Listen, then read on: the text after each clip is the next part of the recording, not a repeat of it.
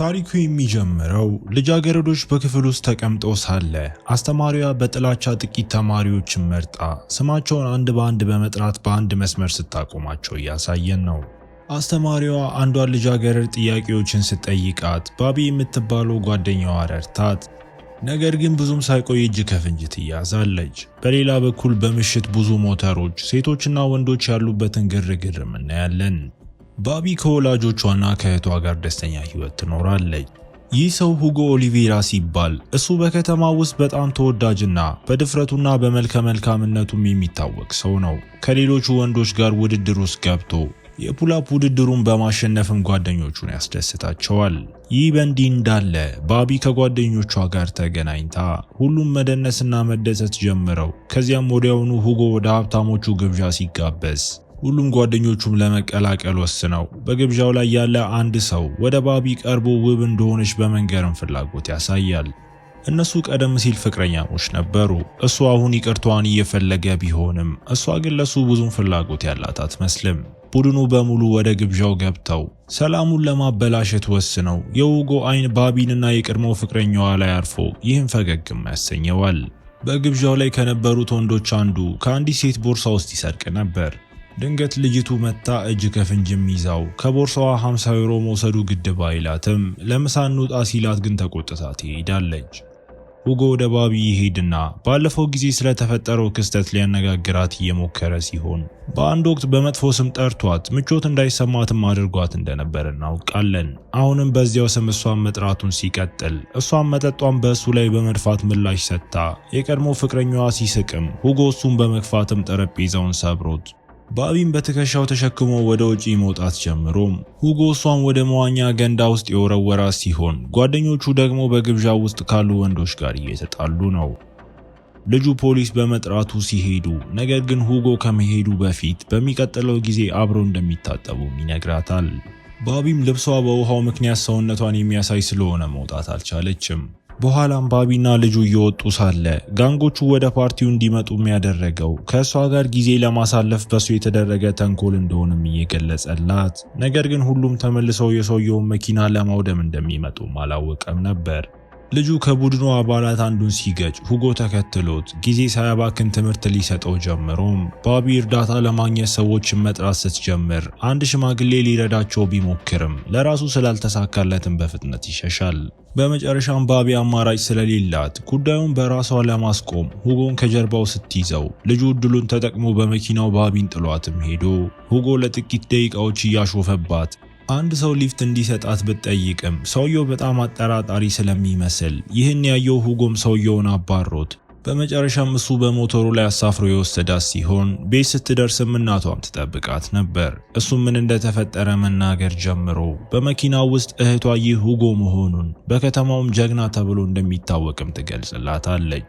በማግስቱ ሁጎ ጠዋት ከእንቅልፉ ነቅቶ ከወንድሙ ላይ ገንዘብ ሰርቆ ወንድሙም ከመሄዱ በፊት ከአባታቸው ጋር እራት እንዳላቸው አስታውሶት የባቢ ጓደኛ ካቲና ሁጎንና ጓደኛውን ታያቸውና ገንዘቧን በመስረቁም እየወቀሰችው ገንዘቧን እንዲመልስም ለሁጎ ቅሬታዋን ብትገልጽም ሁጎ ግን ግድ አልነበረውም። ካቲና ከእሱ ጋር ምሳ ለመሄድ ተስማምታ ደስተኛ ሆና ሁጎም ባቢን ጥሩ ቦታ እንድትጋብዘው ሲጠይቃት እሷ ግን በሱ ተበሳጭታ ትሄዳለች። ሁጎ በኋላ ከአባቱ ጋር ለእራት ተገናኝቶ ወንድሙ እንደዘገየና እናቱ ደግሞ ከጓደኛዋ ጋር ጉዞ ላይ እንደሆነች ተረድቶ ወደ ድሮ ክፍሉ ገብቶ ያለፉትን ትዝታዎችን ማሰብ ይጀምራል። ሁጎ ጎበዝ ተማሪ ነበር። ነገር ግን በህይወቱ ውስጥ የተፈጠረ አንድ ነገር ባህሪውን ቀይሮት ከወንድሙ ጋርም እንዲኖር አደረገው። ባቢ ትናንት ከማታውቀው ሰው ጋር በመሄዷ ጓደኛዋን ብትወቅሳትም ጓደኛዋ ልጁ ድሃ እንደሆነ እያወቀች አሁንም ከእሱ ጋርም እየወጣች ነበር። ቤት ውስጥ የባቢ ወላጆች ተቆጥተዋል። ምክንያቱም አንዱ ልጅ ከባድ ጉዳት ስለደረሰበት ትላንትና ማታ ከእሷ ጋር የነበረውን ሰውም ሊከሱት ነው።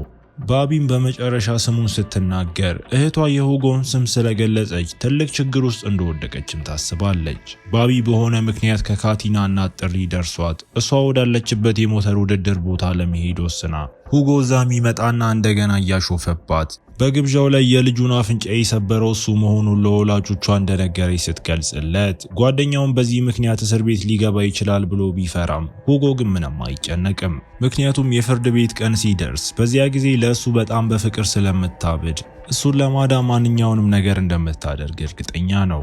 ወዲያውኑ ልጃገረዶቹን ከጀርባቸው አድርገው የሚነዱበት እንግዳ ውድድርም እያደረጉ እሷ ከማታውቀው ከሌላ ሰው ጋር ሞተር ላይ ተቀምጣ ለረጅም ጊዜ ፉክክሩ ጦፎም በመጨረሻም አንዲት ሴት ተጎድታ ፖሊሶችን መጥተው ሁሉንም እያሰሩ ከዚያም ከማምለጣቸው በፊት አንድ ፖሊስ ፎቶ ሊያነሳቸው ይችላል።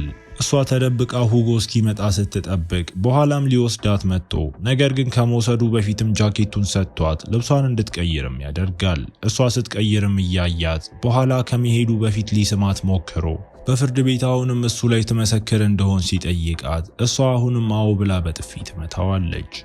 የሁጎ ወንድም የሁጎንና የባቢን ፎቶ በጋዜጣ ላይ ተመልክቶ መጨነቅ ጀምሮ በማግስቱ ሁጎ በክፍሏ መስኮት በኩል ሾልኮ ይገባና ትልቅ የእሷንና የእሱ ፎቶ ያለበት ፖስተር የለጠፈ ሲሆን ይህን ያደረገውም ስትነቃ እሱን እንዲያስታውሳት ነው። ይህም በማየቷ በጣም ደስ ብሏትም አይተን አሁን በእሱ ፍቅር እየወደቀች ያለች ትመስላለች። ሁጎም በድጋሚ በአንድ ግብዣ ላይ ለማየት ወስና ባቢ ወደ ግብዣው ሄዳ መደነስ ስትጀምር ሁጎ ወዲያውኑ መጥቶ እጇንም ይነካታል። ከጥቂት ጊዜ በኋላ ወደ ቤት ስትመለስ እናቷ በዚህ ጊዜ እጅ ከፍንጅ ይዛት ጥቂት እንደጠጣችም አውቃ ወደ መኝታዋ ከመሄዷ በፊትም እናቷ በጥፊ ትመታታለች። ባቢ ከሁጎ የስልክ ጥሪ ደርሷት ለያት እንደሚፈልግም ነግሯት ነገ ምን እንደሚያደርጉ የጠየቃት ሲሆን እሷም ወደ የትኛውን ቦታ ለመሄድ ፈቃደኛ ናት።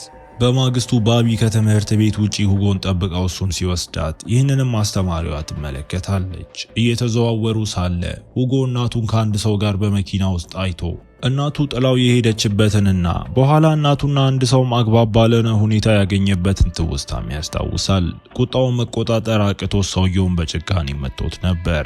እናቱ እንዲህ ያለ ነገር ታደርጋለች ብሎ ማመን ስላልቻለ ብረቱን በእጁ መምታት የጀመረ ሲሆን ሁጎን የቀየረው ጉዳይም ነበር። ባቢ አቅፋው እሱን ለማረጋጋት ሞክራም በኋላ አባቱና ወንድሙ እናቱ ከጓደኛዋ ጋር ጉዞ ላይ እንደሆነች እንደሚያምኑ ገልጾላት ወደ ከተማ ከመመለሳቸው በፊት እዚያ ብዙ የፍቅር ጊዜያትንም ያሳልፋሉ። ባቢ ከሁጎና ከሞተር ቡድኑ ጋር ብዙ ጊዜ ማሳለፍ ጀመራ። የሁጎ የቀድሞ ጓደኛ መታ ባቢን በጣም ስታስቸግራት ሁለቱም መጣላትም ጀምረው ሁጎና ጓደኞቹ መተው አገላግለዋቸው እሷን ይዟት ሄዶ ባቢንም ፈጽሞ እንደማይከዳት አረጋግጦላት ወደ ንቅሳት ቤት ወስዷትም እሷን በደስታም ንቅሳት ትሰራለች። ሁጎ ወደ ቤቱ ሲመጣ የባቢን አባት አግኝቶት አባቷ ሁጎን ስለ አንድ ነገርም ሊያነጋግር ይፈልጋል። ሁጎ ለባቢ አባት እሷ እያረጋጋችው እንደሆነና የሚያሰጋ ነገር እንደሌለ ማስረድቶት ወንድሙ ድርጊቶቹ እስር ቤት እንደሚያስገቡት ሊነግረው ሲሞክር ሳያስበውም በኃይልም ይቃወመዋል። ትምህርት ቤት ውስጥ አስተማሪዋ ባቢ ከክላስ የቀረችበትን ደብዳቤ ራሷ ስለፈረመች ከትምህርት ቤት ልትባረር እንደምትችል ነግራት እናቷ መታም ልጇ እንዳትባረር 8000 ዩሮ ቅጣትም ከፍላ ባቢ ሁሉንም ነገር ለሁጎ ስትነግረው እሱም በመስኮት በኩል ወደ ክፍሏ ገብቶ ምሽት ላይ ወደ አንድ ባዶ የመዋኛ ገንዳ ወስዷት ጥሩ ጊዜ አሳልፈውም አንድ ቀን ሁጎ ወደ ባቢ ትምህርት ቤት ሄዶ አስተማሪዋን በማነጋገር ወደፊት ባቢ ላይ ችግር እንዳታደርስባትም ይነግራታል። ሁጎ ባቢን ያስቸገረቻትን መምህር የበቀል እርምጃ ለመውሰድ ሲል የባቢን ውሻ ፔፒታን ሰርቆ ከዚያም ውሻዋን ወስዶ መምህሯ ቤት ውስጥም ይተዋታል።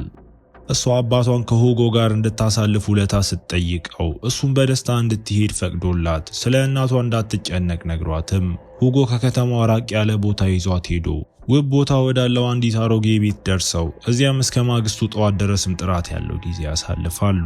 በማግስቱ እንደገና ባቢና ሁጎ የፍቅር ጊዜያት እያሳለፉ ሳለ ጓደኛውም ከሁሉም ጓደኞቹ ጋር ይመጣና መጨፈር ጀምረው ይህን ስታይ ባቢ በጣም ተቆጥታ ሁጎን ጨምሮ ሁሉንም ታባራቸዋለች። ሁጎ በሚያስደንቅ ሁኔታ በአንድ ህንፃ ላይ እንደሚወዳት ጽፎ ማስገርመዋት በኋላ ለባቢ ብቻ ሲል ጥሩ ምግብ ማብሰል መማርም ጀምሮ እሱም ስልክ ደውሎላት ጓደኞቻቸው ቤት በነበሩበት ጊዜ የእናቷ ቀለበት እንደጠፋ የነገረችው ሲሆን ይህም እሱም በጣም ለማስቆጣት በቂ ነበር።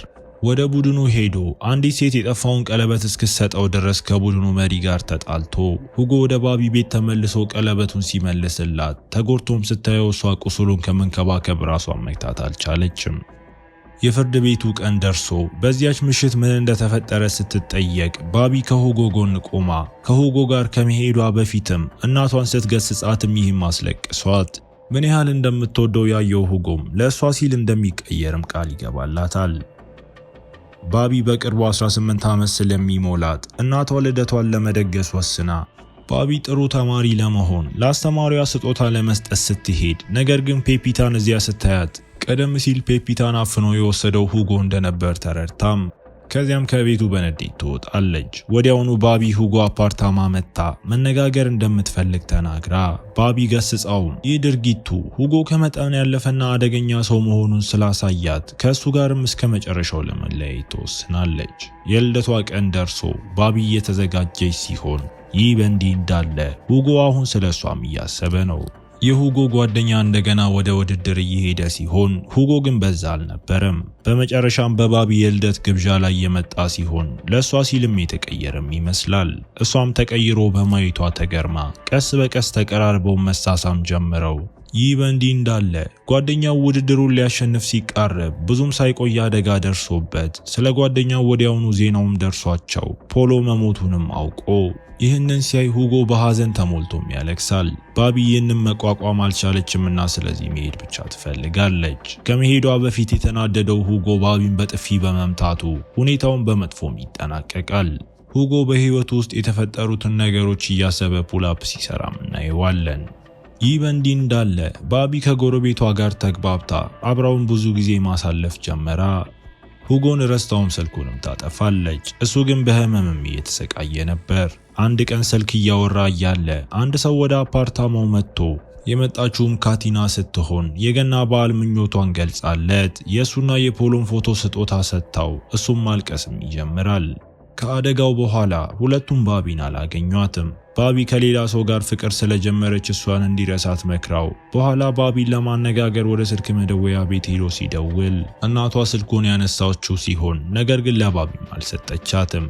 እሱም ከመኪና ወጥተው ሲሄዱ አይቷቸው ከዚህ በላይ ስሜቱን መቋቋም ስላልቻለ ከአፓርታማ ውጪ ቆሞ በስቃይ ያለቅሳል። በመጨረሻም ሁጎንና ወንድሙን እናያለን። ሁጎ እዚህ መቆየት ስለማይችል ለስራ እንደሚሄድ ለወንድሙ ነግሮት እና ይህ ሁሉ መቼ እንደጀመረ በማስታወስ ነገሮች አንድ ጊዜ ብቻ ይፈጠራሉ፣ ምንም ያህል ብትሞክርም ዳግመኛ ያንኑ ስሜት አይሰማህም። አንዴ ልብህ ከተሰበረና ህይወት አስቸጋሪ ከሆነ በኋላ እንደ መጀመሪያው ጊዜ በልጅነት መንፈስና በሙሉ ልብ በፍቅር መውደቅ እንደማይቻል ሁጎ እየተናገረ እያሰማን ፊልሙ እዚህ ጋር ይጠናቀቃል። እስከ መጨረሻው አብራችሁኝ ስለነበራችሁ አመሰግናለሁ። ይህን ቻናል ሰብስክራይብ በማድረግና ቪዲዮንም ላይክ በማድረግ ተባበሩን። በቀጣይ ቪዲዮ እስክንገናኝ መልካም ጊዜ